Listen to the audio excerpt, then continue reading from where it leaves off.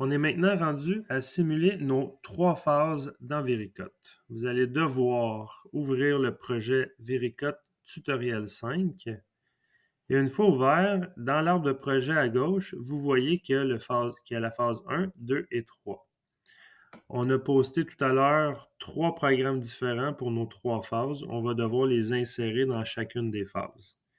Je vais commencer par la phase 1. Je vais cliquer sur le petit plus et je vais double-cliquer sur Programme CN pour aller chercher mon programme que j'ai renommé 5001.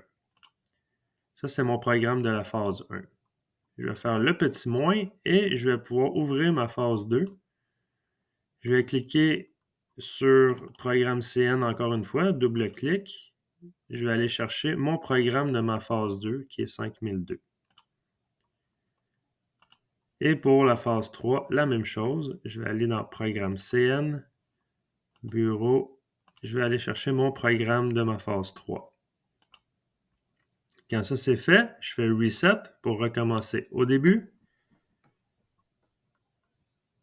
Et je vais simuler en faisant le bouton Play juste ici.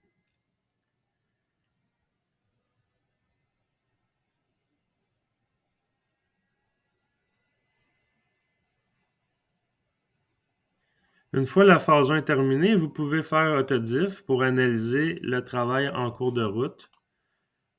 Vous allez faire Comparer. Et si on regarde au niveau des opérations de la phase numéro 1, qui est les 2 poches avec les 4 trous, on voit qu'on n'a pas de rouge ni de bleu, ça veut dire que c'est conforme. Le bleu qu'on voit ici, c'est les prochaines opérations qui n'ont pas été faites encore. Je vais pouvoir quitter l'autodiff. Et pour un souci de fonctionnement de Vericut, quand la phase 1 est terminée, là on a fait l'autodiff, il s'est mis en pause. On va changer de phase en faisant le bouton pas à pas une fois. On clique une fois dessus. Et là, il va charger la phase 2. Et quand la phase 2 est maintenant chargée, on peut faire le bouton Play pour simuler. En faisant ce genre d'action-là, c'est que ça va nous éviter qu'il passe d'une phase à l'autre sans arrêt, sans qu'il y ait de pause pour qu'on puisse analyser. Il s'est mis en pause. On peut faire Autodiff, Comparer, et on va pouvoir analyser nos 3 trous qu'on a fait en haut ici. J'ai pas de bleu et j'ai pas de rouge, ce qui fait que c'est conforme selon la pièce parfaite. Je vais fermer l'autodiff. Encore une fois, je vais faire une fois pas à pas pour changer de phase pour ma phase 3. J'attends que les images soient chargées au complet et je vais pouvoir faire le bouton Play pour simuler.